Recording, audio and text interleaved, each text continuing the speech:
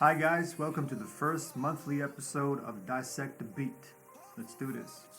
So every month after releasing a single, I will take you through the whole process of how the song came to be, starting with Hopeful. I need some sort of a vibe, I need an atmospheric vibration in the track, like a loop or a riff or something that just takes me places. Without that, there's no song in there for me.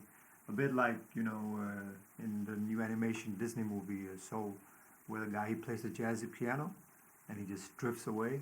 That's exactly what I want when I make a beat. Speaking of which, Hopeful is a jazzy piano based track. I work with loops and I work with like stuff I can play. I'm not a pianist or anything. So basically, first thing I came up with was this loop right here.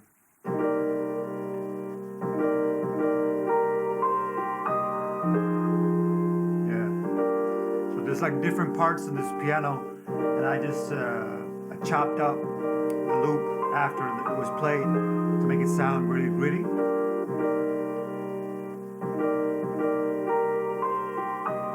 So already now I know that I definitely need some saxophones on there.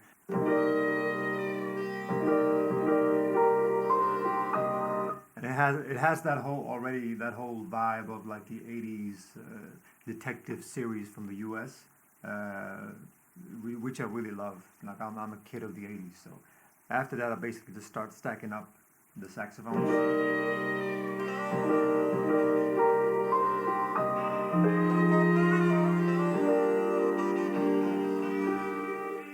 That's enough for me. There's so many cool elements in this track that already for me this is like half a track. You don't even have to add that much. Of course you add a bass, but I didn't want the bass to be too dominant or complex and take focus away from the piano, so I just added like a normal bass that would just make you like bounce.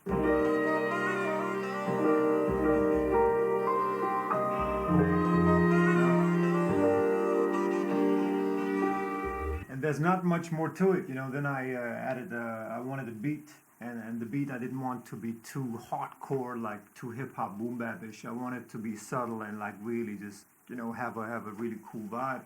So I added a kick to it. It goes like this. Just something subtle, not too hard. And then the snare is the important thing here, because the snare it shouldn't be a snare that slaps the taste out of your mouth. It should just be a snare that's like really make you bounce. So I added like a and it has this whole J Hus type vibe, British vibe. I wanted to go with that. And basically after that, there's some hi-hats.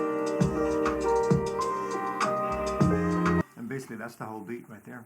Now we have a vibe, and I can now focus on the flows and lyrics. When I'm producing, I always like come up with flows while I'm at it.